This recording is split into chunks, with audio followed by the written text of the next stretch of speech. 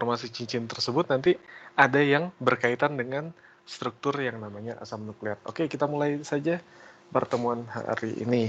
Sebelumnya saya lupa salam ya. Assalamualaikum warahmatullahi wabarakatuh. Selamat pagi semuanya. Saya, kameranya kelihatan. Oke, sorry. Oke, jadi hari ini kita akan bahas tentang struktur fungsi dari asam nukleat. Nanti ada beberapa materi yang terkait dengan asam nukleat, yaitu kita akan bahas tentang nukleotides, ya, atau nukleotida. Lalu ada DNA, ada RNA, ada ini yang paling penting, yaitu dari DNA ke protein, from DNA to protein. Nah, mungkin sebelumnya saya coba kasih gambaran sebentar, from DNA to protein. Oh, tidak ada.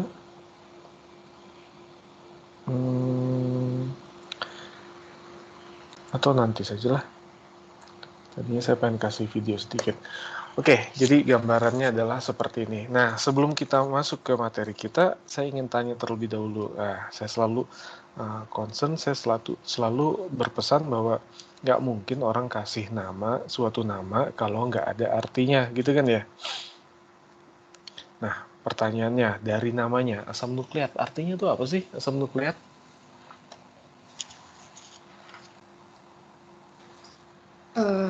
Komponen penyusun inti sel, Pak.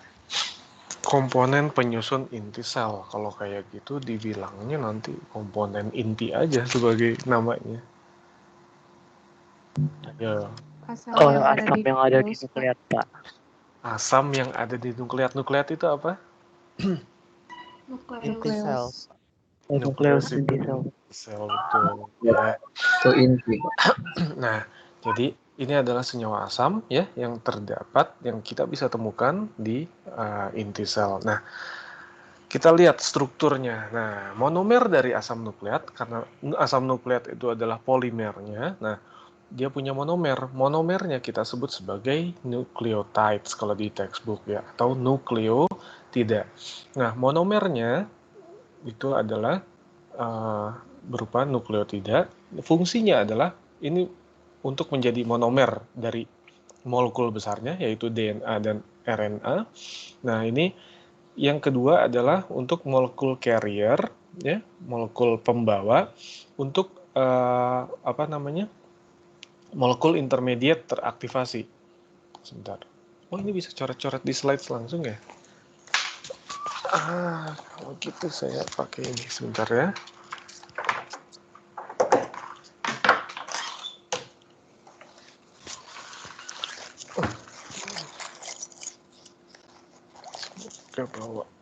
Bawa. Ini.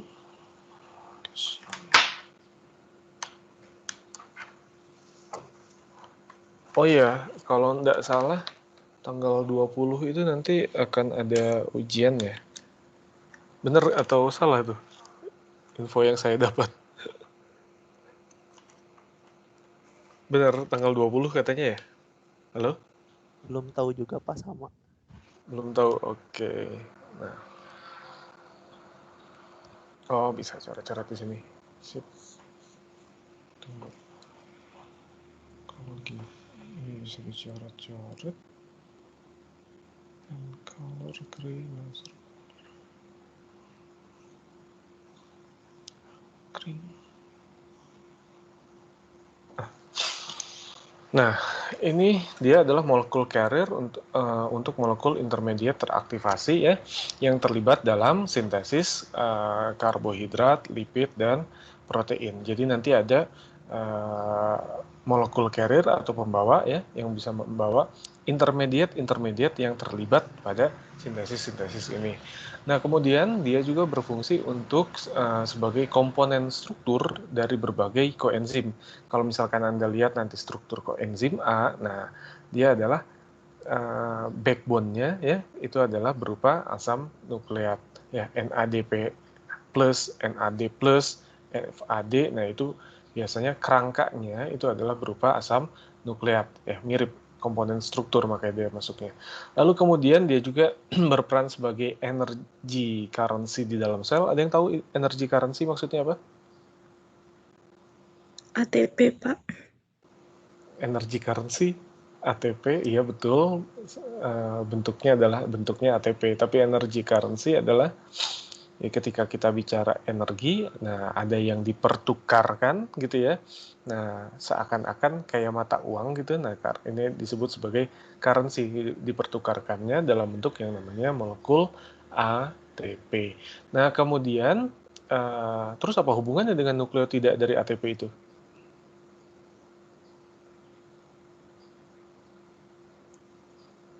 Ayo. Ya, karena nanti kalau kita lihat strukturnya itu berupa nukleotida ya, mirip seperti itu. Nah, sekarang kita masuk ke fungsi kelima, yaitu dia adalah molekul regulator dalam berbagai jalur intermediate metabolisme ya, regulatornya. Nah, dia bisa berperan sebagai inhibitor ya, atau berperan sebagai aktivator pada enzim-enzim kunci dalam jalur metabolisme. Nanti kita akan lihat ya, di metabolisme ada enzim-enzim ya yang bisa oleh tubuh sudah didesain untuk bisa diatur, dikendalikan. Ya, dikendalikan oleh apa? Oleh molekul-molekul aktivator atau inhibitor, atau kita sebut sebagai molekul-molekul efektor. Nah, dia nanti bisa meregulasi aktivitas dari enzim-enzim di dalam jalur metabolisme, sehingga bisa menentukan kapan metabolisme ini berlangsung dengan cepat, kapan berlangsung dengan lambat. Nah, jadi semacam seperti itu. Nah, kalau kita lihat dari strukturnya, struktur nukleotida dia punya kerangka utama yang sama seperti ini. Anda pernah ingat ada yang namanya cincin ribosa? Masih ingat gambarnya seperti apa kalau bentuk Fisher-nya?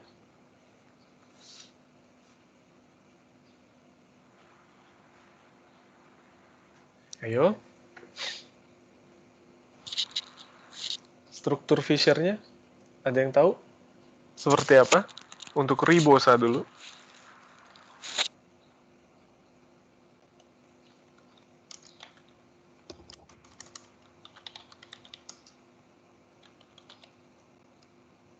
Ini suara saya hilang lagi atau gimana ini? Ada, Pak. Ada. Ayo tuh, jawab. Struktur pentosan itu OH-nya bukan, di Pak. kanan. OH-nya di kanan semua. OH-nya di kanan. OH-nya ada di kanan semua. Nah, ini bentuknya adalah semacam kayak ribosa gitu ya.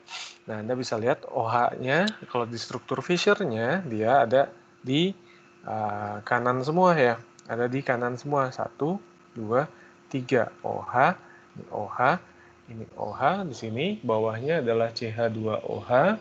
Ya, di atasnya di sini adalah CHO seperti ini. Nah, ketika dia melakukan reaksi seperti ini ya kan, OH di sini akan menyerang karbon di sini ya, membentuk siklik.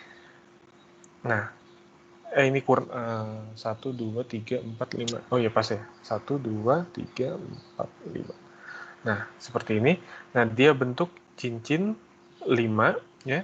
Di sini O yang ini. Nah, ketemu C1-nya ya kan? Ketemu C2-nya, maka di sini akan OH-nya ada di bawah. C3-nya yang di kanan sini akan ada di bawah, ya kan?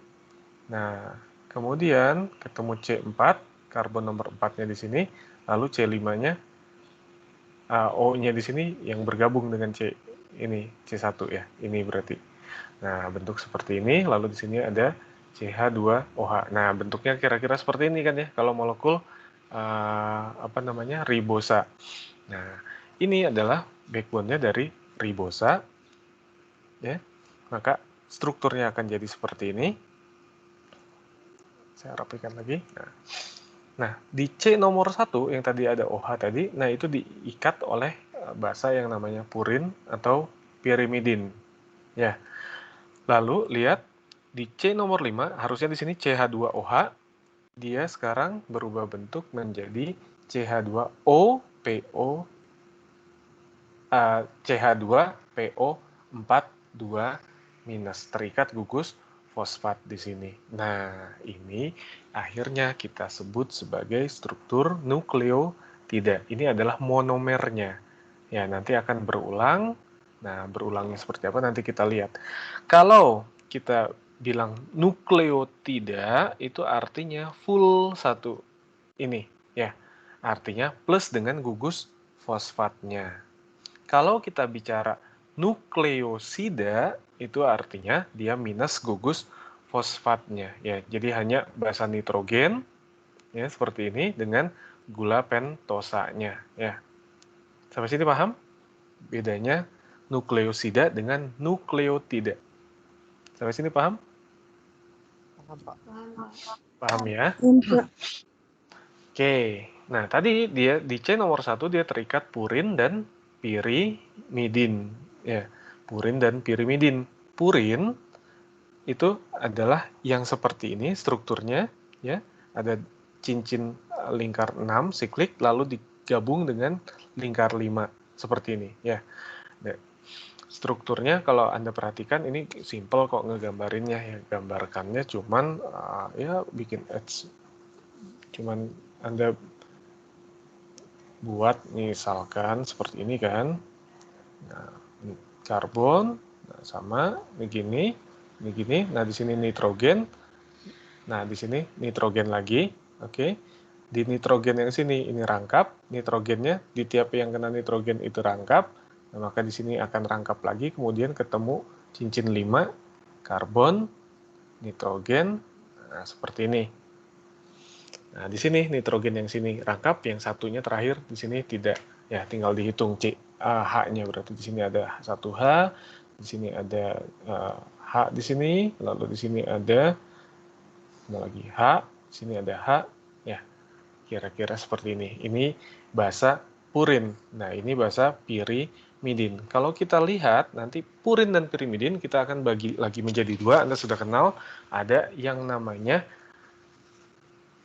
adenin, guanin, ini untuk kelompok basa nitrogen purin, ya, dan sitosin dan timin, ya. Ini untuk kelompok pirimidin, ya. Ada juga tanti tambahan urasil, ya. Kita lihat adenin bedanya di mana? Ini kan struktur utamanya seperti ini, ya, purin. Kalau adenin di bagian C-nya itu ada NH2, ya. Kalau guanin di bagian C yang di sini yang ada NH2. Ya. Nah, dia bagian C atasnya jadi gugus karbonil. Nah, nanti sifatnya akan beda, interaksinya akan berbeda juga, ya, karena strukturnya berbeda di sini. Nah, adenin ini guanin, gampang, ya. AG itu adalah dengan purin, ya. Kalau pirimidin itu adalah yang CT-nya, ya, sitosin dan timin. Nah, kalau sitosin Anda bisa lihat di sini strukturnya, lihat dari sini, ya, pirimidin seperti ini, lalu di sini ada O rangkap, ya, dan NH2, ya. Kalau di timin O rangkap, di sini karbonil, di sini CH3. Nah, untuk kasus di polimernya ketika RNA tidak ditemukan yang namanya timin, tapi ditemukan yang namanya nanti urasil. Saya dari dulu selalu bertanya-tanya gitu, kenapa kalau di DNA timin, di RNA itu urasil? Ada yang tahu jawabannya?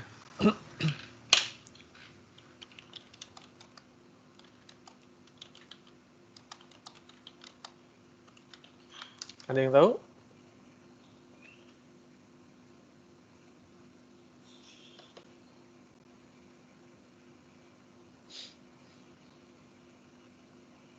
Halo?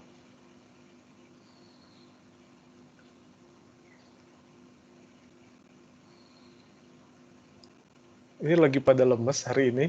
Gimana?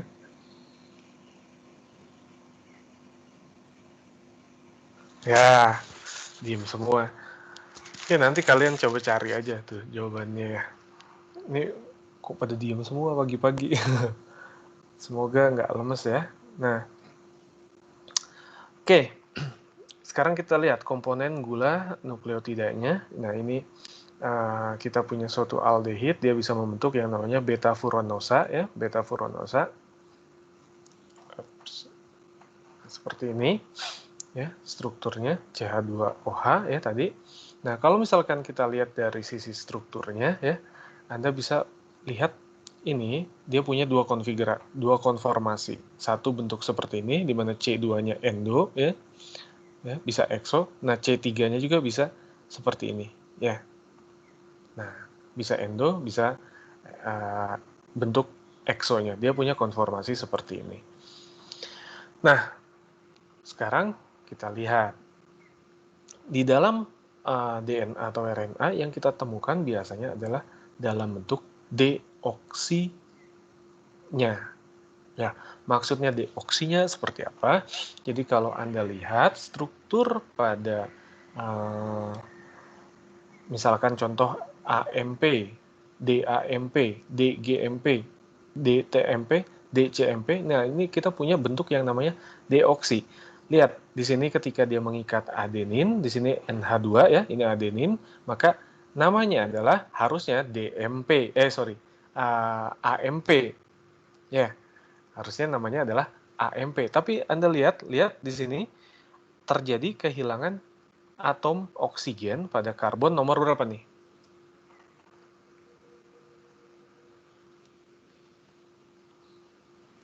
Nomor 2, Pak.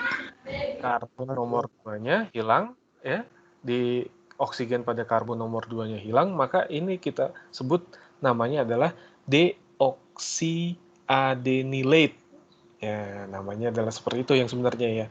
Atau deoksiadenosin 5 monofosfat. Ini mengikat seperti ini. Pertanyaannya, ini nukleotida atau nukleosida? Nukleotida. Nukleotida. Ya, ini kondisi kehilangan ya, di mana karbon nomor 2-nya kehilangan satu buah atom, kehilangan atom oksigennya atau gugus hidroksilnya. Oke, nah di sini tadi ya, ini adenin, pasangan adenin. Ini purin atau pirimidin? Masih ingat? Purin, Pak. Purin. Kalau yang ini purin juga, bener ya? Tinggal. Nah, ini ya, yang struktur kerangkanya lebih besar itu pasti si purin. Nah, ini adalah guaninnya, ya, guanin. Nah, tadi ininya diganti dengan karbonil, NH2-nya pindah ke bagian sini. Nah, ini kita sebut sebagai DGMP. Nah, di sini DTMP, yang ini DCMP. Ya.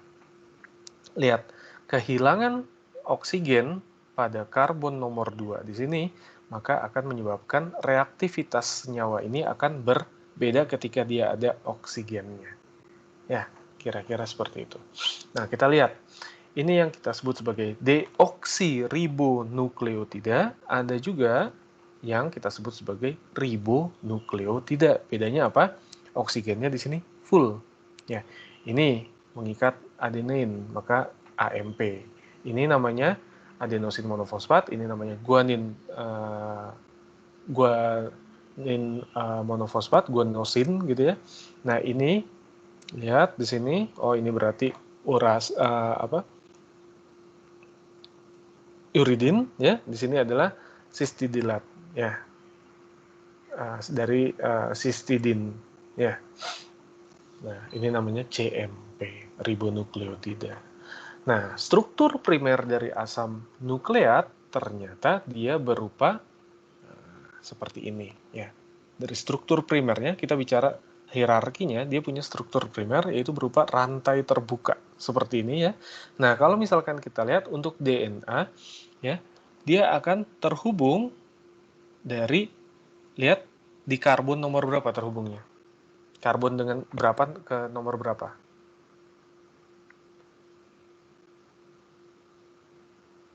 3, Pak. 3 dan 5. Oksigen pada karbon nomor 3 dan fosfat pada karbon nomor 5-nya ya.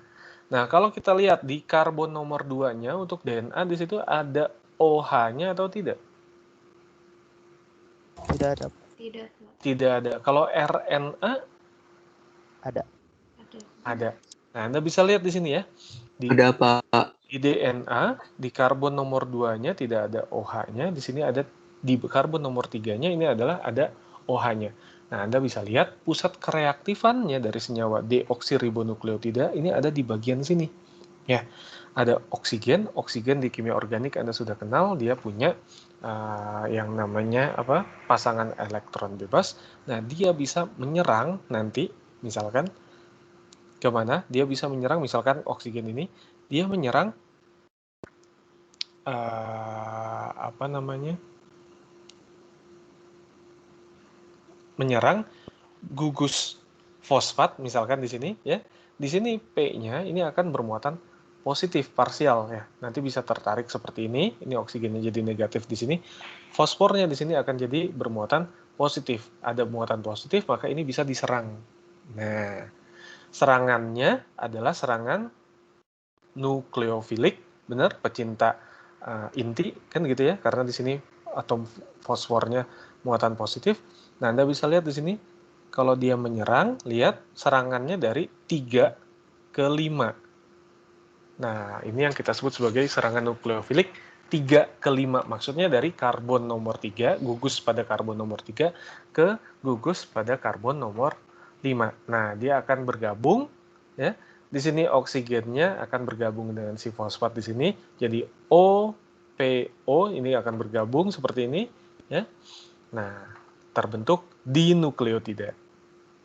Sampai sini paham? Terbentuk di nukleotida. Jadi, nah di sini Anda bayangkan di sini ada fosfornya, ya. Nah, minus minus. Ini O, di sini CH2. Nah, seperti ini, ya. Nah, dia akan terikat di sini dengan fosfor yang ini, fosfat yang ini. Nah, dia akan bentuk P O. Nah, ini akan lanjut ke struktur yang di sini. Ya. Nah, senyawa ini atau dinukleotida ini tadi punya ikatan fosfor, oksigen dengan fosfor di sini. Nah, ini yang kita sebut sebagai ikatan fosfodiester. Ya, ikatannya kita sebut sebagai ikatan fosfodiester.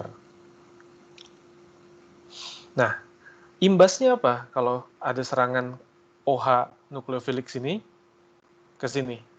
Imbasnya adalah struktur DNA kita akan dapatkan jadi seperti ini, ya. Di bagian residu, bukan residu, di bagian nukleotida pertamanya, ya, dia akan berupa ada ujung fosfat, ya. Kemudian di sini tidak ada ujung fosfat. Di bagian terakhir tidak ada ujung fosfat, tapi ada ujung OH. Sampai sini paham? Paham, Pak. Paham? Nah, maka di sini yang kita sebut sebagai ujung 5 aksen. Nah, nomenklaturnya jadi seperti itu. Kalau protein itu dari ujung N terminal ke C terminal, kalau di DNA dari ujung 5 aksen, ya. Kenapa? Karena ada menyisakan fosfat bebas seperti ini, ya. Kalau ini kan fosfatnya terikat. Nah, di bagian ujung terakhirnya ini ada ujung OH di C nomor 3. Nah, ini kita sebut sebagai ujung 3 aksennya. Jadi membaca DNA adalah dari 5 aksen ke 3 aksennya seperti ini. Nah, biasa digambarkan jadi seperti ini. Fosfat, ya kan? Nah, ini misalkan A, karena dia mengikat basa A. Kemudian ada ikatan fosfodiester, mengikat C karena dia basa C-nya misalkan, lalu kemudian P, ini G, ya, dan seterusnya sampai di ujung 3 aksennya. Berarti kita bisa baca ini pertamanya adalah adenosil, ya kan? Lalu C, G, T, A. Nah, seiring berjalannya waktu, karena nanti akan ditemukan urutan yang makin panjang, maka penggambarannya nggak lagi seperti ini, tapi hanya berupa hurufnya saja, ya. Langsung ditulis A, C, G, T, A. Nah, ini ujung 5 aksennya. Nah, ini ujung 3 aksennya. Nah, biasanya urutan DNA akan kita tuliskan jadi seperti ini. Nah, kalau misalkan kita lihat suatu nukleotida, ya, dia punya spektrum UV yang khas. Nah, kita bisa bedakan nanti.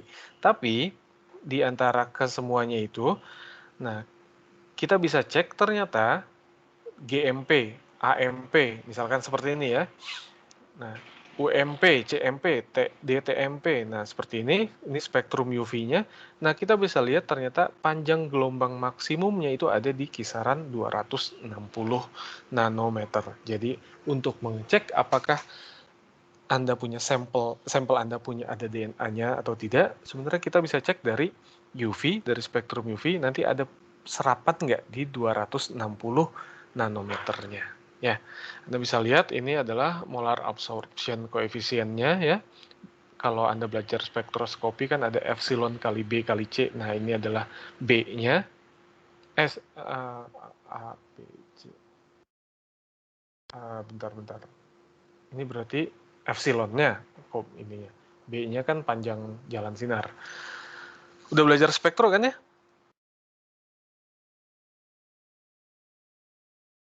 Halo? Oh, sudah pernah, Pak. Sudah pernah ya. Nah, ini epsilonnya. Nah, kita lihat AMP ini serapannya paling kuat ya, 15.400, GMP, kemudian CMP, kemudian UMP, kemudian DTMP. Nah, kita lihat ternyata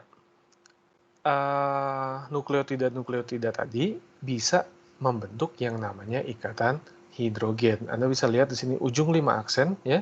Di sini mengikat timin, kemudian di sini turun, ini ada timin lagi, kemudian ada sitosin lagi, kemudian ada adenin. Nah, dari rantai yang lain, nah katakanlah ini dari 5 aksen gitu kan, berputar-putar ke bawah. Nah, nanti suatu saat di ini ujung 3 aksen ya. Nah, ternyata dia bisa mengikat seperti ini, membentuk interaksi hidrogen, ikatan hidrogen antara timin dengan adenin dan sitosin dengan guanin. Ya, Anda udah kenal bersamalah. A pasangannya T, G pasangannya C.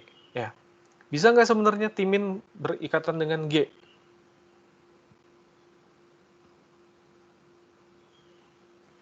Bisa nggak timin berikatan dengan guanin?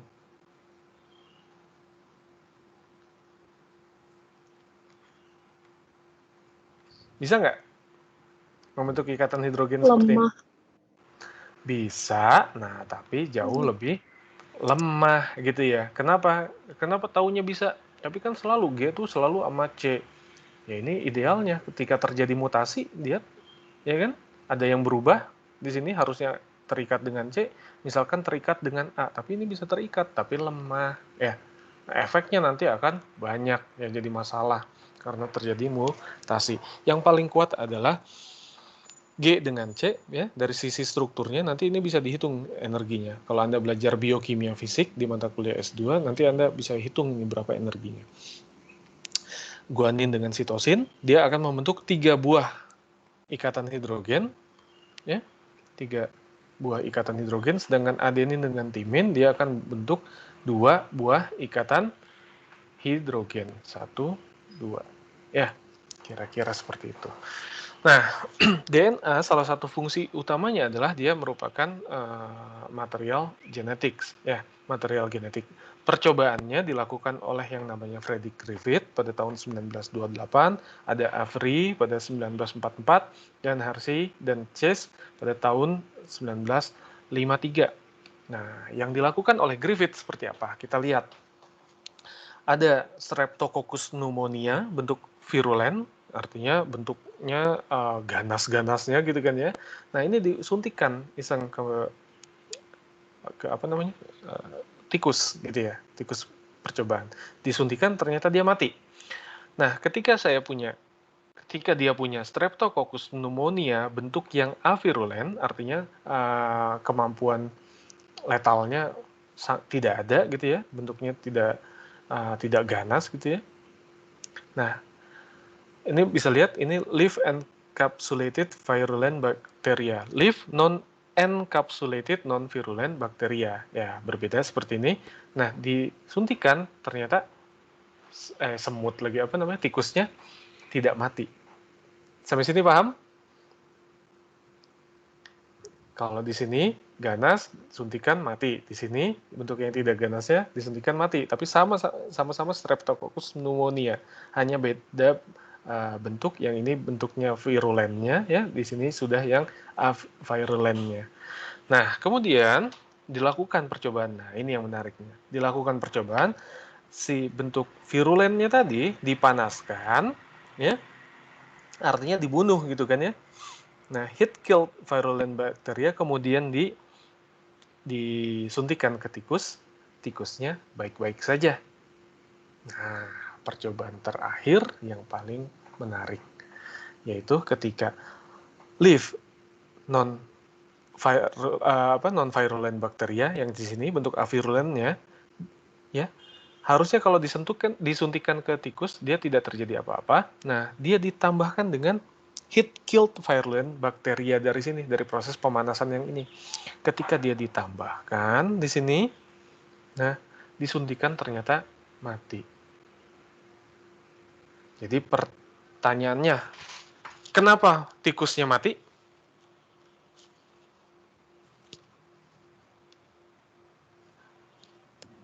Adanya mutasi tadi kan Pak. Wah, ini kalau yang beragama langsung mikirnya simpel. Kenapa tikusnya mati? Karena sudah ajalnya, gitu ya. Nah, kalau ditanya, kenapa nih kesimpulan dari percobaan ini? Nah, kita bisa lihat ternyata nanti ada DNA yang dibawa oleh bentuk Streptococcus pneumonia dalam bentuk virulennya. Walaupun dia sudah dimatikan, ya, di heat, ya, dipanaskan seperti ini, bentuk mati, ternyata ada suatu material yang dibawa yang menyebabkan ini tadi, ya, bisa mati, bisa membunuh si tikus karena ada DNA yang dibawa, ya. Nah, ada material genetik yang dibawa, entah itu apa. Nah, kira-kira seperti itu kesimpulannya. Nah, ternyata akhirnya dicek, ya, kan tadi kita punya. Nah, sekarang ini dari percobaan berikutnya ternyata ya dicek live non-virulent bacteria yang tadi ya, kemudian digabungkan dengan DNA yang diisolasi. Nah, jadi dari sini, dari molekul ini nanti dipisahkan, ada proteinnya, dicoba dengan protein. Oh, ternyata tikusnya baik-baik saja, nggak mati. Dicoba, nanti ada lemaknya, ada fraksi lemaknya nggak bikin kenapa-napa. Nah, ini kita belum tahu nih material apaan yang menyebabkan si tikusnya mati. Nah, sampai diisolasi yang namanya DNA. Nah, ada molekul DNA diisolasi. Nah, hasil isolasi DNA-nya digabungkan dengan non-virulent bacteria tadi, Streptococcus pneumonianya, yang bentuk avirulennya. Nah, kemudian dia bertransformasi. Nah, dia bisa menjadikan bentuk ke encapsulated virulent bacteria di sini, maka ketika disuntikan ke tikus dia akan mati. Ya, jadi kira-kira seperti itu. Bagaimana membentuk transformasinya? Ini bakterial selnya, ya, ini bakterial DNA-nya dipanaskan, maka keluar jadi seperti ini. Ini ada DNA-nya, potongannya. Nah, potongan DNA-nya ini kemudian digabungkan ke bagian yang non-patogenik selnya, ya, yang si non-virulent ini. Nah, ternyata dia bisa pindah ke sini. Ya, bisa ditukar. Di sini jadi S, sehingga kita punya bentuk bakteri yang virulent, yang patogenik akhirnya. Kira-kira seperti itu. Sampai sini ada pertanyaan? Jadi dari percobaan ini kita bisa yakinkan bahwa DNA itu adalah merupakan material genetik. Dia bisa menyebabkan suatu bakteri yang tadinya tidak punya sifat patogenik bisa berubah menjadi patogenik ketika disisipkan ke DNA. Ya. Nah, dari percobaan Oswald Avery ya dan rekan-rekannya juga sama ya.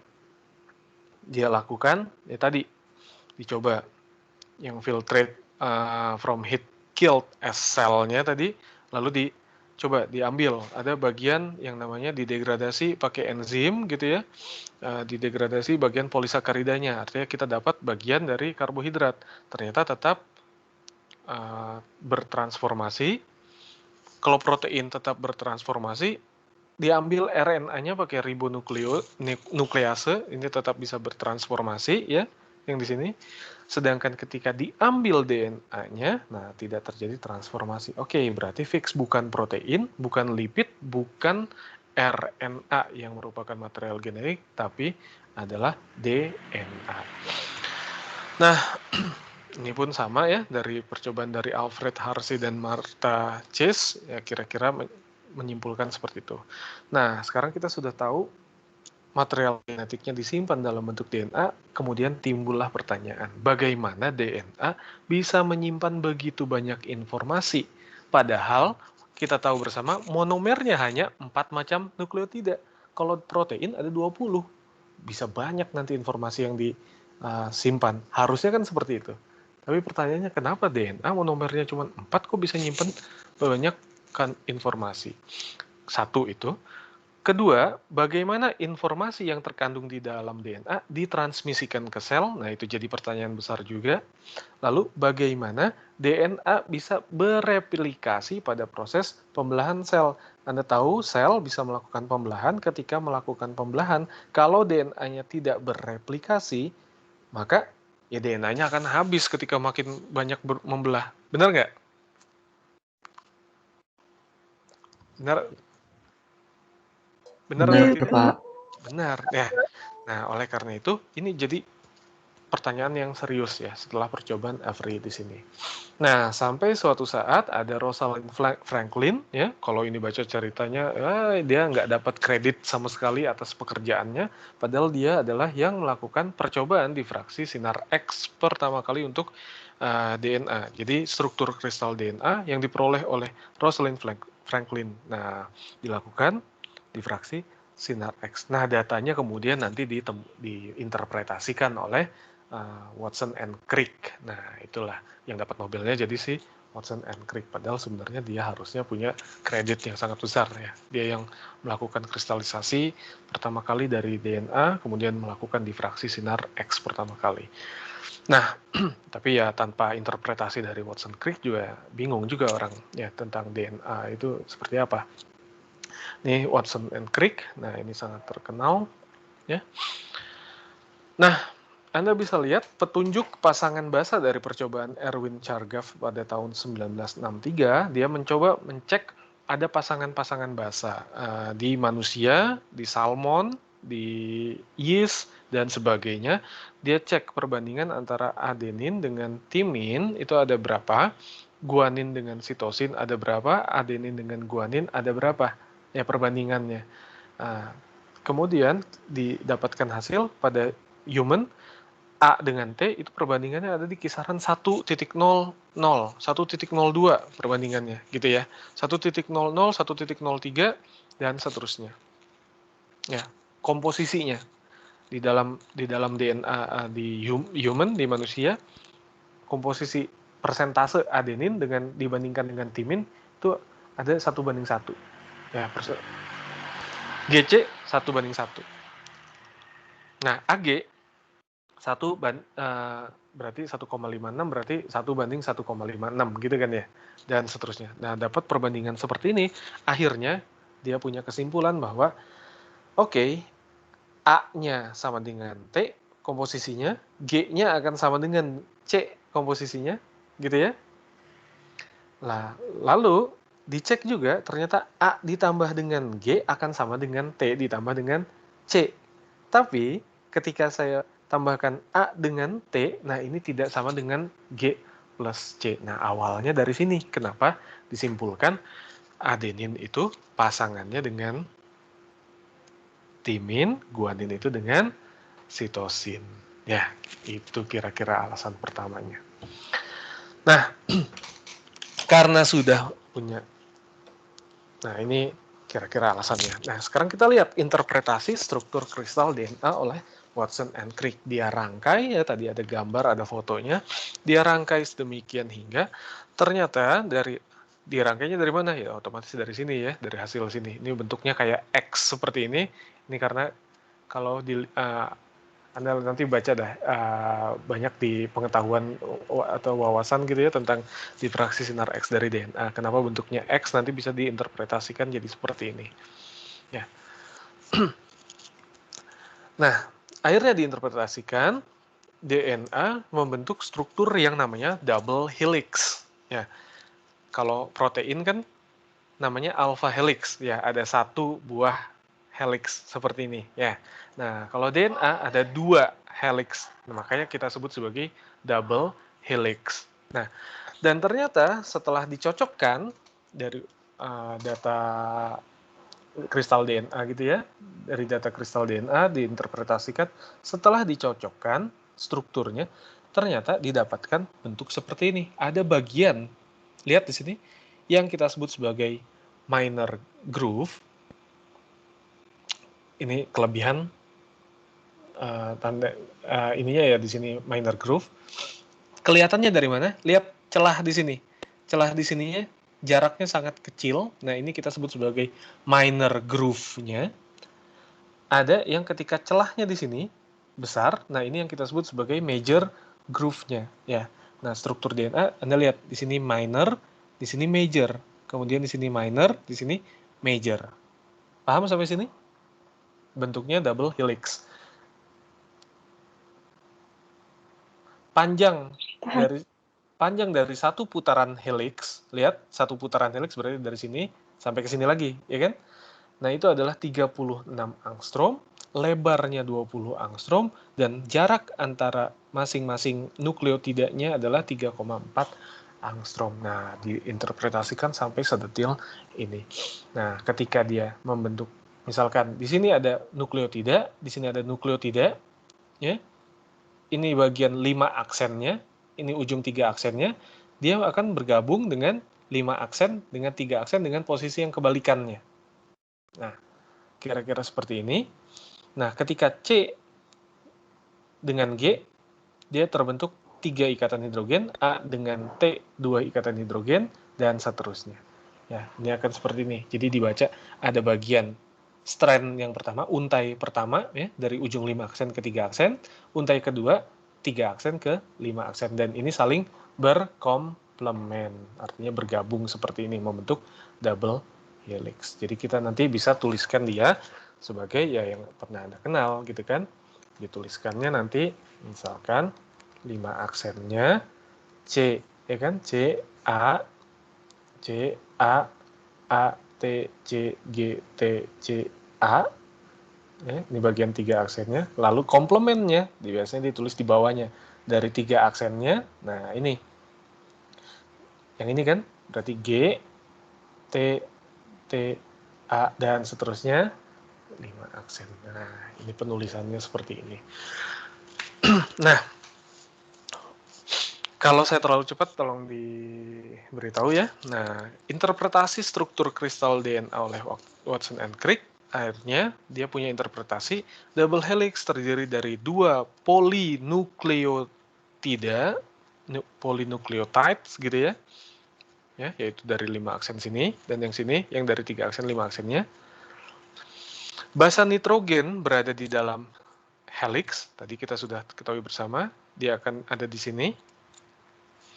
Basa dari 2 polinukleotida berinteraksi melalui ikatan hidrogen. Ada 10 basa dalam satu putaran helix. Nah, Anda bisa lihat di sini satu putaran helixnya ada 10 basa. Satu putarannya tadi di sini. Ya. Nah, 1 2 3 4 5 6 7 8 9 10. Ya. Kedua rantai polinukleotida adalah antiparalel tadi, yang satu 5 aksen ke 3 aksen, satunya lagi 3 aksen ke 5 aksen. Double helix memiliki 2 groove yang berbeda, ada minor dan major.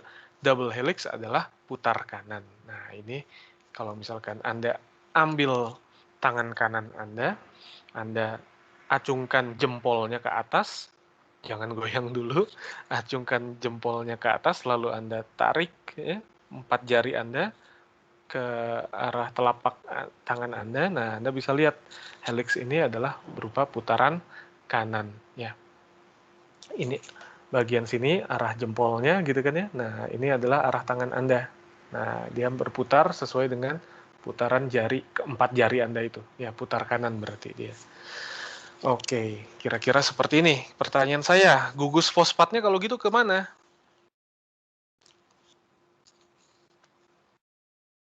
Pada DNA.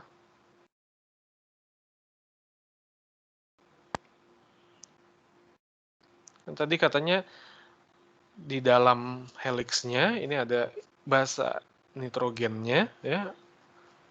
Gugus fosfatnya ada di mana kalau gitu? Di Di bagian backbone-nya, Pak.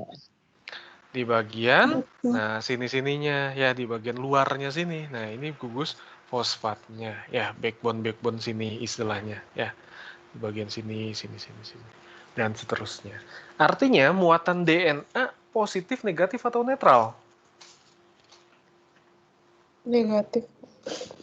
Negatif, ya negatifnya ada di bagian backbone-nya situ ya, karena ada apa namanya, gugus fosfatnya. Artinya kalau saya ingin pisahkan DNA, caranya gimana? Kalau dari karakteristiknya, ini cuma wawasan, dilatih coba logikanya. Diberikan katoda ya. Nah, tinggal kita hubungkan ke medan listrik ya. Kita bisa pisahkan dia menggunakan yang namanya elektroforesis. Nanti Anda kalau Anda masuk ke lab harusnya Anda belajar di situ nanti elektroforesis gel agarosa ya. Nanti ada Anda mungkin bisa cek lah ya di YouTube atau di mana, di artikel mana, kita cari yang namanya elektroforesis gel agarosa. Nah, itu adalah cara untuk memisahkan DNA. Nanti bisa ditentukan juga kalau kita punya standar DNA-nya, ya DNA yang kita sudah tahu ukurannya berapa. Nah, kita bisa tentukan juga ukuran DNA yang kita pisahkan tadi berapa. Nah, inilah kira-kira struktur dari DNA ya. Ini bagian minor groove ya. Lihat aja di bagian sininya ini mengecil. Nah, di sini adalah minor groove-nya.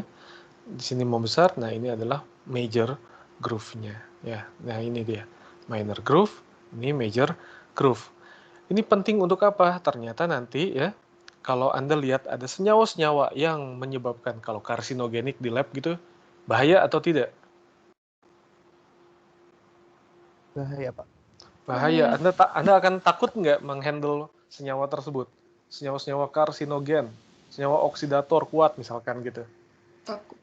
Takut, Pak. Harusnya tidak kalau menghandle-nya ya.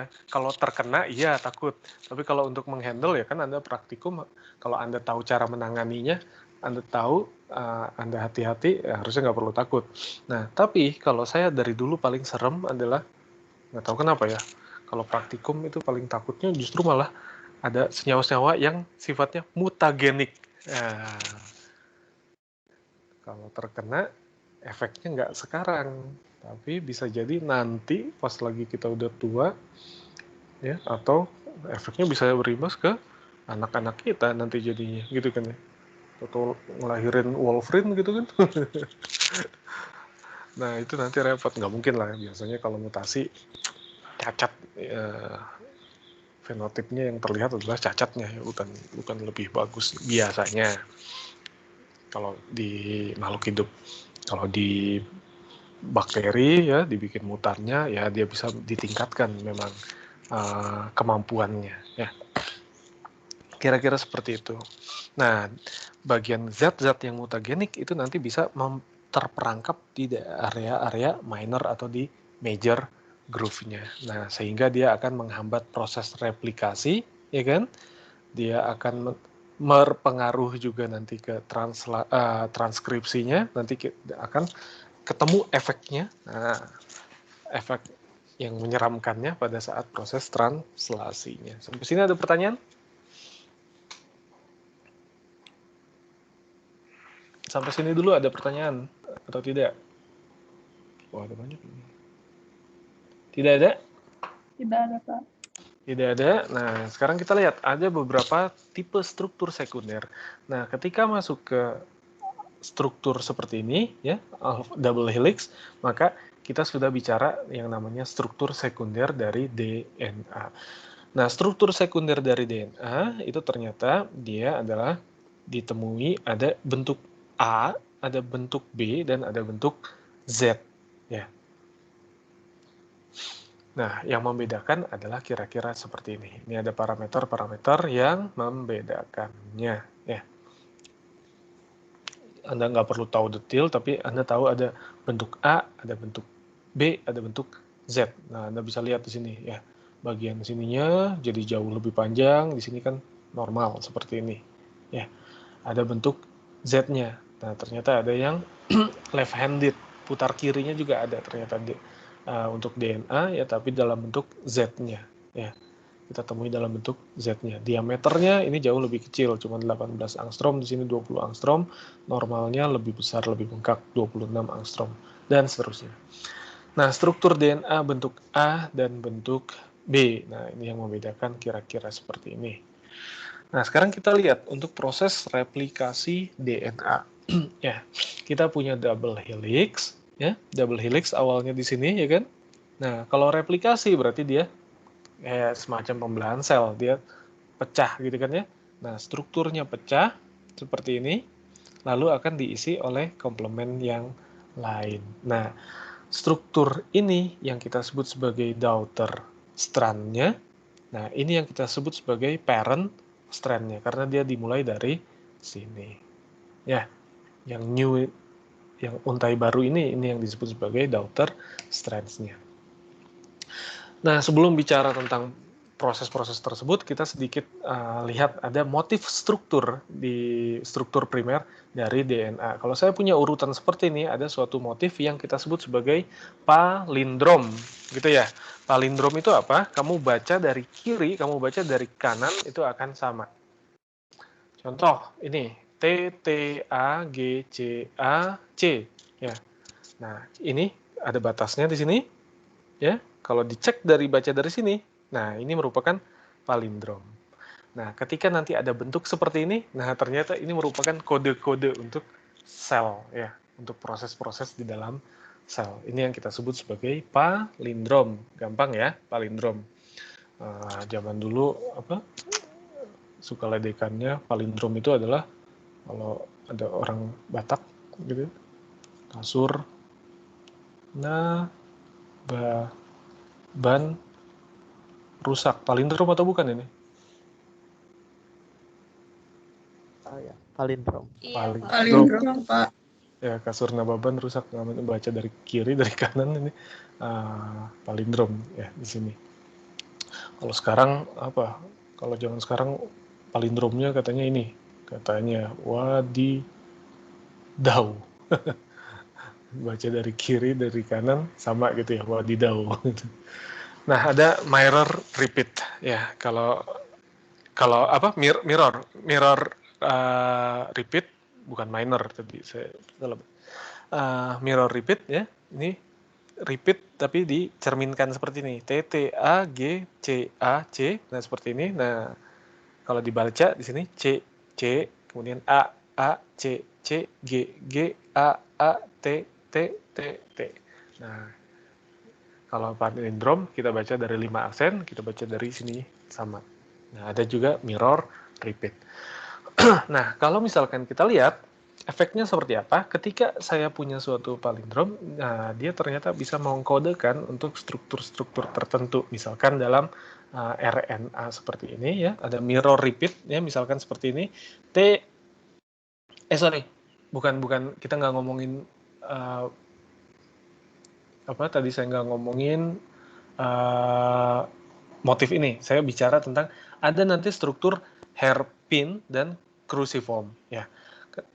Maksudnya seperti apa? Ketika saya punya urutan seperti ini, lihat T, G, C, G, A, T, A, C, T, C, abaikan arsiran di sini, abaikan. Nah, ternyata dia bisa membentuk yang namanya hairpin. Kenapa? Karena ternyata kalau bentuk lurus seperti ini tidak maksimal ikatan hidrogennya. Maka dia bisa memaksimalkan ikatan hidrogen, dilihat, oh A ternyata bisa berinteraksi dengan T yang di ujung sini. G bisa berinteraksi dengan C di ujung sini. C di sini interaksi dengan G, G-nya ketemu C, A-nya ketemu T, T-nya ketemu A. Nah, ini kuncinya di sini, ya kan? Nah, dia bentuk seperti ini. Di sini membentuk komplement, ya, pasangan basa. Nah, di sini bentuk seperti ini. Nah, ini yang kita sebut sebagai bentuk hairpin, ya. Ada bentuk cruciform. Nah, ini lebih kompleks lagi, ya. Kalau di sini dari satu rantai, nah kalau ini dari dua rantai, ya. Dari rantai sini dia bentuk hairpin seperti ini. Nah, bentuk ini, bentuk hairpin juga seperti ini, ya. Nanti Anda kenal ada di struktur kayak semacam tRNA. Apa T-nya di situ? Translator. Transfer, ya, transfer RNA. Nanti kira-kira bentuknya akan punya seperti ini. Lalu ada juga bentuk yang namanya DNA triple helix, ya.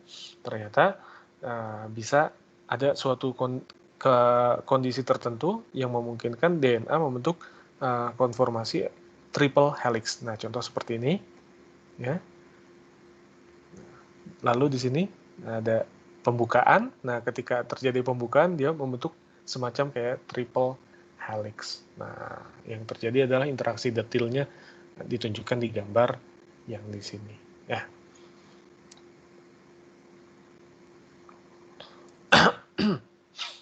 Oke. Struktur primer sudah, sekunder sudah, ya, motifnya udah, struktur sekundernya tadi ada bentuk hairpin, ada cruciform, ya kan? Nah, ada bentuk A, B, dan Z, ya.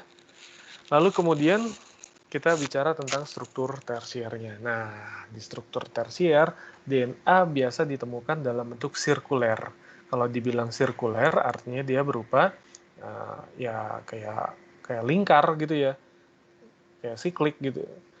Jadi nggak ada ujung 3 aksennya, nggak ada ujung 5 aksennya. Contoh misalkan pada kromosom E. coli, ya. Nah, DNA sirkuler seringkali ditemukan dalam keadaan yang namanya super coil. Ini contoh dalam keadaan coil. Kalau super coil, dia terlipat-lipat lagi, makin aur-auran lagi gitu ya. Nah, semakin kayak kusut kalau benang tuh. Ya, kira-kira seperti ini. Nah, Anda nggak akan temukan mana ujung 5 aksennya, mana ujung 3 aksennya, karena dia akan bersatu seperti ini. Ya. Nah, sekarang kita lihat dari struktur RNA. Ya. Ada yang namanya mRNA, messenger RNA. Ya. Nah, RNA, kalau misalkan kita lihat ini adalah suatu gen, ya, di sini 5 aksen, 3 aksen, di sini 5 aksen, 3 aksen, ada kondisi yang kita sebut sebagai monosistronik. Ya, monosistronik adalah di dalam satu urutan hanya terdapat satu buah gen. Kalau gen itu apa artinya?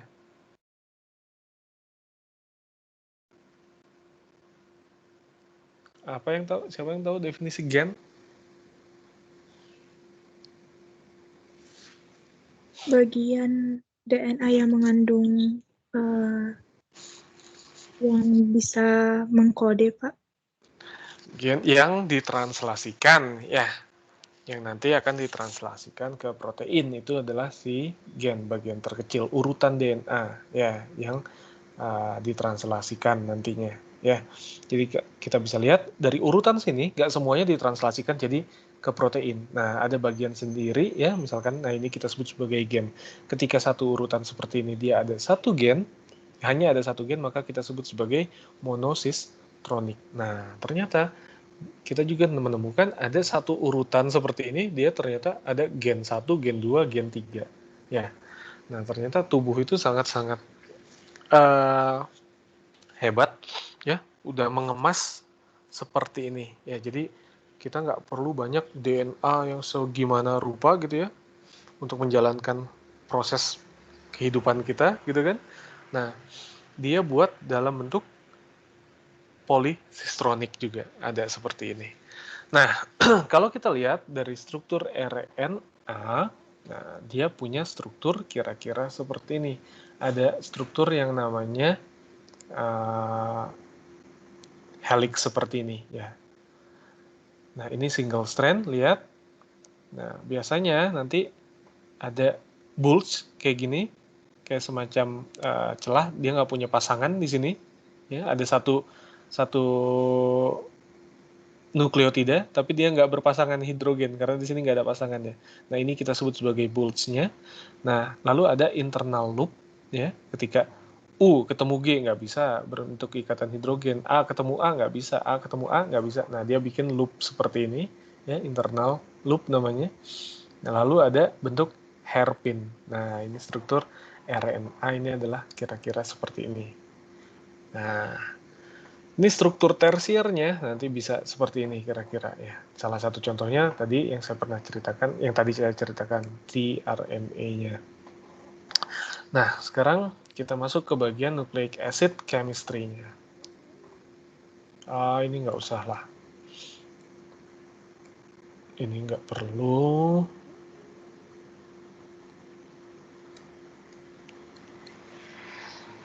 Nah, di situ nggak, ini kita skip. Nah, yang ini. Nah, kalau kita punya DNA, nah ternyata DNA bisa kita denaturasi ya. Kalau Anda bicara denaturasi, Anda ingat kemarin di bab protein, denaturasi adalah apa? Perubahan struktur tersier. Bukan perubahan struktur tersier. Kalau perubahan struktur tersier bisa aja dari kondisi aktif menjadi lebih aktif lagi. Nah, itu juga perubahan, tapi itu bukan denaturasi. Kalimatnya apa yang benar? Perusakan. Kerusakan struktur Perusakan. tersier atau struktur 3 dimensi dari protein yang menyebabkan kehilangan fungsi. Nah, kalau di DNA, ya, Anda bisa lihat DNA ternyata bisa kita denaturasi juga.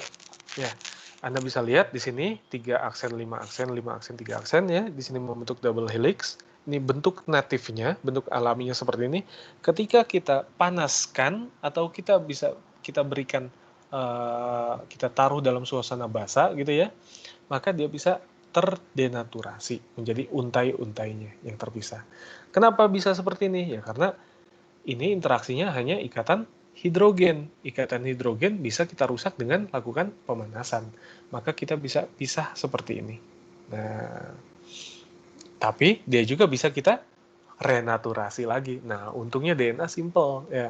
Dia sangat bisa kita renaturasi lagi karena nanti kita bisa kembalikan lagi, kita turunkan suhunya, caranya gitu kan, kita dinginkan lagi ya, nanti ini akan membentuk ikatan hidrogen lagi, membentuk struktur double helix lagi. Nah, sifatnya adalah reversible. Nah, prinsip inilah yang kita gunakan nanti untuk alat atau metode yang namanya PCR. Ya, Anda punya DNA, Anda punya fragmen DNA tertentu. Nah, nanti DNA-nya biasanya akan dipanaskan dulu, ya, sehingga terpisah untainya, lalu ditempeli primer. Nanti teknisnya nanti detail belakangan gitu ya. Ditempeli primer, dan nanti akan dijalankan di suhu, ditambahkan enzim buat polimerisasi gitu ya. Nah, kemudian nanti akan direplikasi seperti ini. Nah, lalu didinginkan lagi. Lalu kemudian dipanaskan lagi, dipecah lagi. Nah, yang tadi sudah terbentuk dipecah lagi. Jadi strandnya jadi ada banyak lagi gitu kan ya, terpisah. Lalu ditempeli primer, tambahkan enzim, nanti akan dikopi lagi. Sehingga kita punya kumpulan fragmen dalam jumlah yang sangat banyak. Ya, kita bisa melakukan amplifikasi namanya. Ya, menggunakan PCR. Memanfaatkan prinsip dari sini sebenarnya. Ya, salah satunya. Nah, kita lihat kalau saya punya sampel 1, saya punya sampel 2, nah kita bisa buat yang namanya hybrid. Caranya gimana? Yang ini kita campurkan gitu ya, kita panaskan ya. Kalau misalkan ini satu untai per untai gitu ya. Nah, ini tinggal kita campurkan, kita dinginkan suhunya. Nah, dia akan membentuk seperti ini. Maka akan ada yang membentuk hybrid kompleks, ya, ada yang duplex gitu kan ya, gabungan hybrid, ada yang ini membentuk dengan yang ini lagi ya, duplexnya, ada yang ini membentuk dengan yang ini lagi, duplex dari sampel satunya. Nah, kita akan punya seperti ini. Nah, penentuan urutan DNA itu seperti apa? Kalau kita lihat, kita punya urutan seperti ini, ya. Nah, ini ada template, misalkan ini bagian 3 aksennya, ya. Nah, kita bisa menempelkan yang namanya primer, pada ujung sini, A. Ini kita tempelkan dengan T, ini kita tempelkan dengan G, ini kita tempelkan dengan C, dan seterusnya. Nah, nanti kita bisa gunakan metode yang namanya metode Sanger. Ya, caranya gimana? Kita tempelkan, tadi kita punya template ya, kita kasih primer. Primernya kita sediakan, namanya adalah DNTP istilahnya. Maksudnya DNTP itu apa? DNTP itu adalah D-nya deoksi, N-nya adalah nukleotide, P-nya fosfat. Jadi N-nya ya terserah Anda isi, bisa DAMTP, bisa DCTP, bisa DGTP, bisa D, satu lagi apa? ACGT, TTP. Nah, gitu kan? Nah, ya kan? Nah, seperti ini, nanti Anda punya sampel DNA, ini 5 aksen, ini 3 aksen, ya. Nah, nanti dia akan mencari, ya, misalkan, ini templatenya, urutannya seperti ini, gitu kan. Kalau saya punya primer, tadi ada ini semua, primernya, DNTP kita sebut, maka dia akan kena di C. C-nya akan berikatan dengan DGTP. Nah, yang sini, ya kan. Kemudian T-nya akan berikatan dengan DATP di sini, dan seterusnya, dan seterusnya. Nah, tapi di sampel tadi saya tambahkan juga yang namanya bentuk DNTP. Deoksi. Nah, artinya apa? Kalau tadi DNTP di sininya H gitu ya, tapi di sininya masih ada OH-nya. Kalau deoksi, nah di sininya sudah hilang juga, di sini jadi H. Pertanyaannya, kalau ada DNTP ketemu dengan template, dia bisa melakukan reaksi serangan nggak? Nukleofilik? Nggak bisa. Tidak bisa, reaksinya akan berhenti. Maka nanti di dalam sampel kita, ya kita masukkan template, kita masukkan primernya, yaitu yang ini, dan ini. Lalu kita masukkan juga DDATP, DDCTP, DDGTP, dan DDTTP. Kita masukkan juga seperti itu, kita lakukan reaksi. Nah, nanti ada sebagian yang misalkan, kan namanya sifatnya random ya, DNA-nya ada banyak, nah ini bisa random juga. Nah, nanti misalkan dia templatenya seperti ini, ketemu nanti ada yang terisi DATP, DGTP, DTTP, D ini, dan ini, lalu yang di sini ATP-nya, DDATP-nya tidak ada. Kita tambahkan dengan DDATP. Kita tambahkan ini ada, kita tambahkan dengan DDATP. Aduh, mana lagi tadi? Kita tambahkan dengan DDATP, maka ya ini akan nempel primernya sampai suatu saat ada kemungkinan DDATP yang terikat. Ya, di sini T, di sini misalkan pas pertama C terikat dengan DGTP. T-nya di sini langsung terikat dengan DDATP. Nah, tapi ada bagian yang lainnya juga, dia A-nya masih terikat dengan DATP. Lalu berikutnya, nah pas bagian di sini, di bagian sini, nah sudah terikat dengan DDATP. Nah, berhenti. Kita punya fragmen ini, nah nanti kita punya fragmen ini, dan seterusnya. Nah, sampai di sini, kemudian kita lakukan elektroforesis. Nah, kita cari, ya kan, urutannya. Nah, kita bisa pasangkan. Oh, pertama mulai dari sini, dari sini, dari sini, dari sini, dari sini, dari sini, dari sini, ke sini, sini, sini, sini, dan sini. Nah, kita bisa buat nanti urutannya, kita bisa tahu urutan DNA kita seperti apa. Nah, ini yang kita sebut sebagai metode Sanger. Nah, kalau zaman sekarang sudah pakai alat canggih gitu ya, udah pakai automatic DNA sequencer. Di ITB dulu udah punya sebenarnya, cuman sekarang nggak dijalankan. Kenapa? Karena reagennya mahal. Jadi kita punya alatnya, tapi kita nggak punya dana untuk mengoperasikannya. Ada di PAU. Waktu dulu PAU tahun di gedung PAU dulu tahun-tahun 2090 2000-an gitu ya. So itu ngeri, menyeramkan. Maksudnya menyeramkan tuh fasilitasnya gila-gilaan lah, top lah di Indonesia. Nah, cuman sayang agak sedikit terbengkalai kemarin-kemarin ya. Jadi harapannya kita nanti punya lagi lah gedung riset gitu ya, punya dana lagi lah, turun misalkan dari pemerintah atau dari siapa, mudah-mudahan kalau mereka melirik. Nah, Anda bisa lihat, nah kalau pakai DNA sequencer ya, yang tadi DDNTP-nya tadi langsung dikasih yang namanya tagging ya, di tagging dikasih molekul penanda nanti molekul penandanya bisa berfluorescence misalkan, nanti bisa dibaca oleh detektor. Nah, kita bisa lihat nanti urutan warnanya. Lalu kita akan punya, oh kalau dia terikat C, maka di sini ada warna biru. Kalau kuning itu terikat dengan G, di sini terikat dengan T. Nah, nanti akan diurutkan. Nah, kita punya langsung urutannya kira-kira seperti ini. Ini pakai automatic DNA sequencer. Prinsipnya sama ya dengan metode Sanger. Cara kerjanya mirip-mirip ya, pakai primer seperti ini. Oke, ada pertanyaan dulu sampai sini? Mas, saya mau tanya, Ya. untuk yang bagian hibrid asam nukleat itu kan kita bisa menggabung dari 2 spesies berbeda. Terus apakah itu dia bentuknya harus sama juga? Kan tadi ada bentuk A, B, sama Z-nya. Oh, bentuk-bentuk ininya, sininya. Iya, kalau berbeda bentuk itu kira-kira apakah nanti dia bisa berhibrid juga gitu, Pak? Kalau berbeda bentuknya, apakah masih bisa berhibrid juga? Ada kemungkinan masih bisa ya. Nanti tergantung kondisinya. Nanti dia akan menyesuaikan, misalkan kondisi apa namanya, struktur di sininya. Kira-kira seperti itu. Jadi ini masih kompleks sebenarnya mekanismenya ya. Jadi ada kemungkinan tetap masih bisa.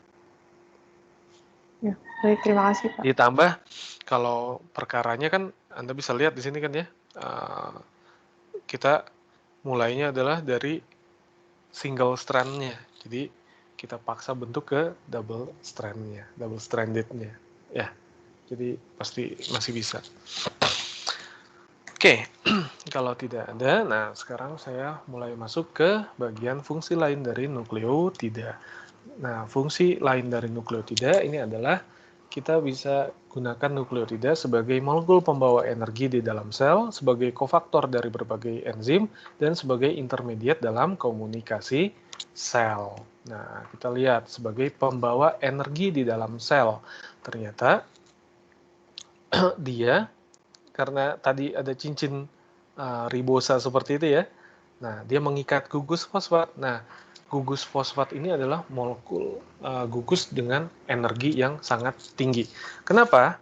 Karena ketika dia membawa misalkan 3 buah fosfat, nah bentuknya seperti ini, 1, 2, 3, ya, bentuknya sama kayak sebelumnya, nah cuman ada 3. Nah, ini kita sebut sebagai NTP, gitu ya. Nanti tinggal N-nya diisi pakai A, G, C, atau T, gitu ya.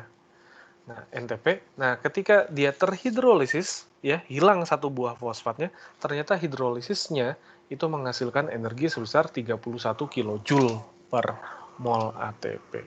Nah, reaksinya sangat-sangat eksergonik.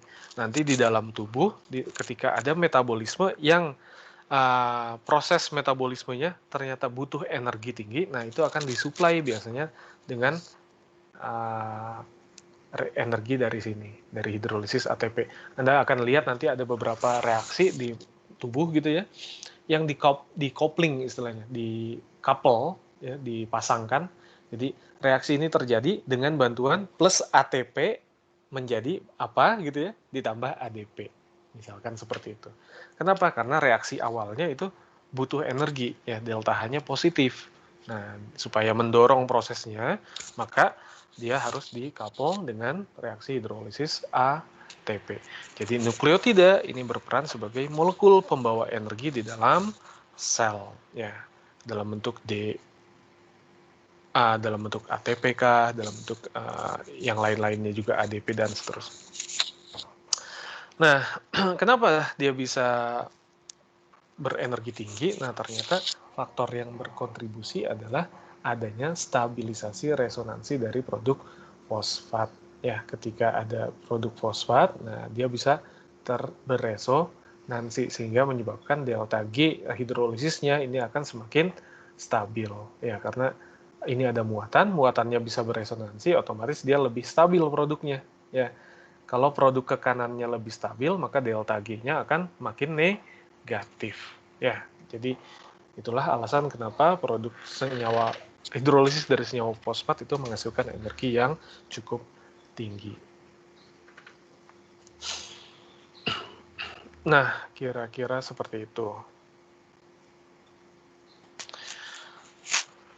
Kemudian peran nukleotida sebagai kofaktor dari enzim, tadi kita bisa lihat ya, ini kofaktor yang banyak ditemukan di dalam tubuh, FAD, NAD+, gitu ya, NADP+. Nah, ternyata dia bentuknya, nah Anda bisa lihat NAD.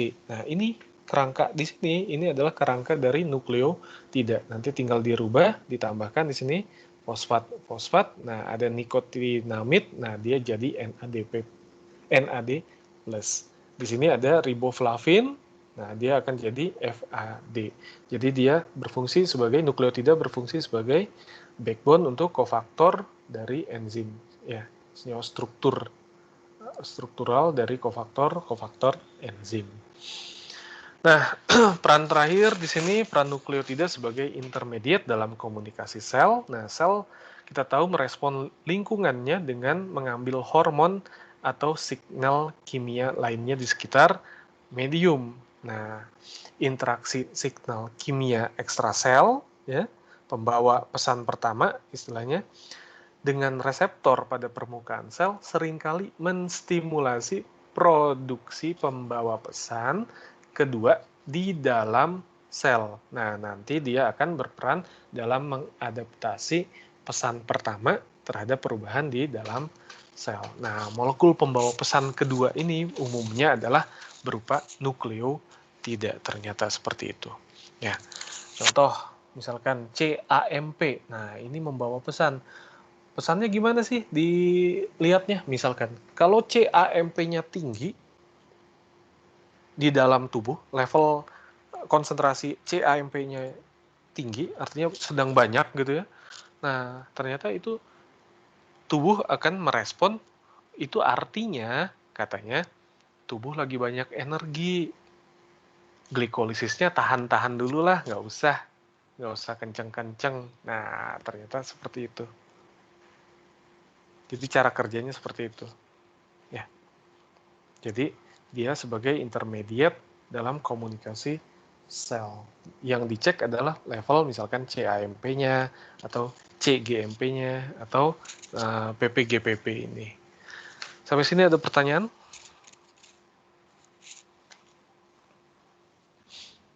Pak, saya ingin bertanya, Iya. kalau DNA dan RNA sendiri apakah bisa bereaksi dengan senyawa asam maupun basa, itu gimana reaksinya, Pak?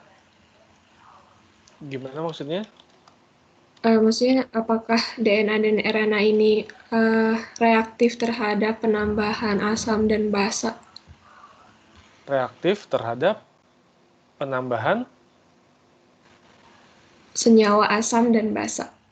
senyawa asam dan basa. Kalau dilihat dari strukturnya gimana kira-kira?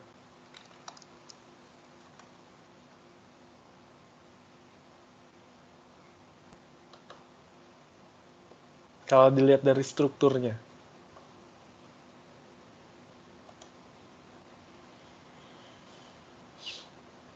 Mungkin DNA, enggak, RNA itu lebih reaktif dengan basa atau gimana ya Pak? Takut salah. Ya akan lebih reaktif dengan basa, kan namanya asam. Ya.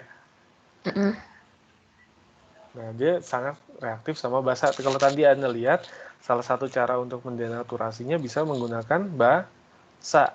Bener nggak tadi? Itu untuk RNA dan DNA, jadi dua-duanya reaktif ya Pak? Iya. Oke Pak, terima kasih.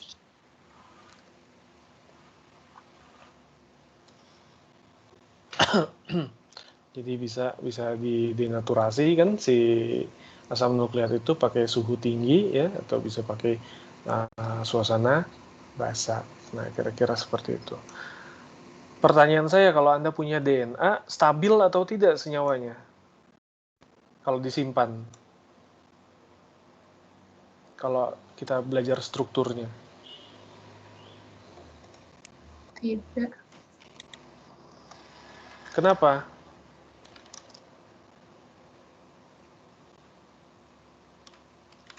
Karena ada fosfat yang di ujung 5 aksen itu. Dan OH yang di 3 aksen. Karena muatan negatifnya tadi ya. Nah, caranya gimana supaya bisa lebih stabil ketika Anda menyimpan DNA? Kristalisasi. Yang dibikin superfoil tadi, Pak. Bukan. Apa coba? Yang ini bukan, Pak. Yang Masalahnya kan tadi di fosfat. Berarti caranya gimana kalau Anda pengen nyimpan DNA? Masalahnya di fosfatnya negatif. Berarti digunakan katode tadi, Pak. Kok katoda?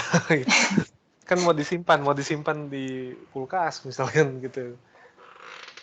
Nah, kita taruh dia dalam yang namanya counter ion gitu ya, Pak. Kita tambahkan ion positif misalkan di situ supaya senyawanya jadi netral. Nah, caranya seperti itu. Nanti detailnya Anda bisa pelajari sendiri ya.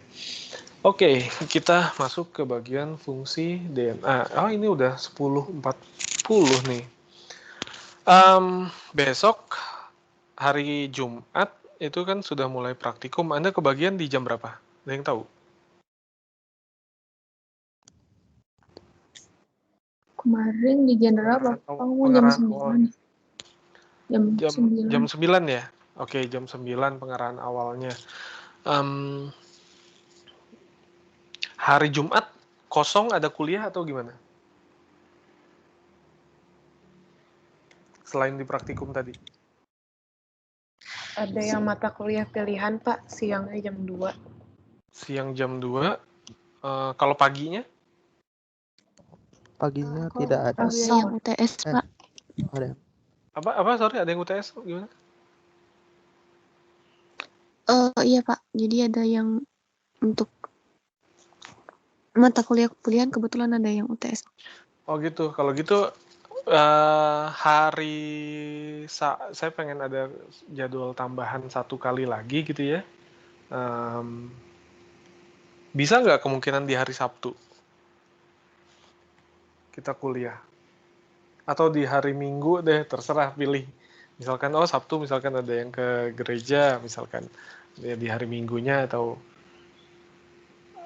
di hari Minggunya ada yang bermasalah ya di hari Sabtunya gitu. Kalau di hari Senin kan kayaknya takut bentrok-bentrok aja nanti orang-orangnya. Atau ada jadwal kosong di hari Senin? Kalau Sabtu pagi ada UTS juga, Pak, statistika teknik. Cuman siang mungkin bisa. Nah, nanti dirundingkan ya di kelasnya ya. Coba nanti hari Sabtu ini siang bisa nggak kita kasih jadwal tambahan ya. Kira-kira seperti itu supaya selesai materi ini ya. Karena kalau misalkan saya kejar cepet ini nanti percuma, Anda nggak dapat apa-apa nanti. Bisa nanti didiskusikan jadwalnya ya supaya kita ada materi tambahan nanti di hari Sabtu ya. Ketua kelasnya siapa? Ada. Maaf, Pak, ralat ternyata itu bukan Jumat ini, Pak. Apanya Jumat ini tuh? Jadi Jumat ini kayaknya bisa, Pak. Oh, Jumat siang bisa. Ya, nanti didiskusikan ya. Nanti siapa? Tadi siapa yang ngomong? Irma, Pak. Irma. Oke, Irma nanti tolong diatur ya. Ditanyakan ke teman-temannya Jumatnya mau jam berapa. Kecuali Jumat jam 3 saya ada kelas. Ya, Jumat jam 3 saya ada kelas untuk Jumat ini. Jadi saya bisanya paling Jumat jam 1 kalau misalkan mau. Ya kecuali kalau mau Jumat malam ya boleh-boleh aja, kalau saya nggak ada masalah sih. Jumat malam 7:30 gitu kan. Baik, Ya, Pak, nanti diatur ya. Ditanya nanti, dicek lagi ya, hari Jumat siang bisa atau tidak ya, jam 1 kira-kira sampai jam 2 lah, cukup lah sampai jam 2-an. Oke, saya pikir cukup kalau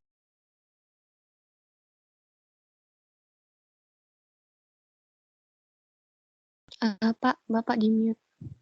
oh ya, nanti kita lanjutkan lagi di